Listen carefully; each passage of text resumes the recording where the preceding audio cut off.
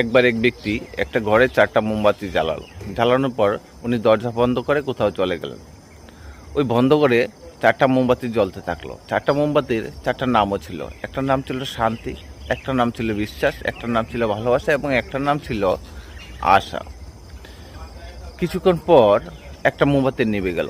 শান্তি যে মোমবাতিটার নাম ছিল ওইটা নিভে গেল। দেখবেন আমাদের জীবন থেকে প্রায় সময় মনে হয় যে আমাদের জীবনে শান্তি নেই, শান্তি নিভে গেল।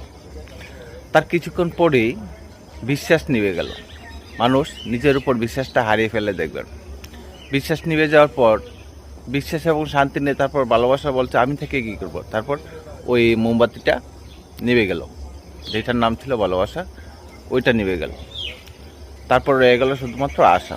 ওই ব্যক্তি ঘরের মধ্যে আসলেন, আসার পর দেখলো যে ওনার 4টা মোমবাতি থেকে 3টা মোমবাতি নিভে গেল, রয়ে গেছে শুধু আশা।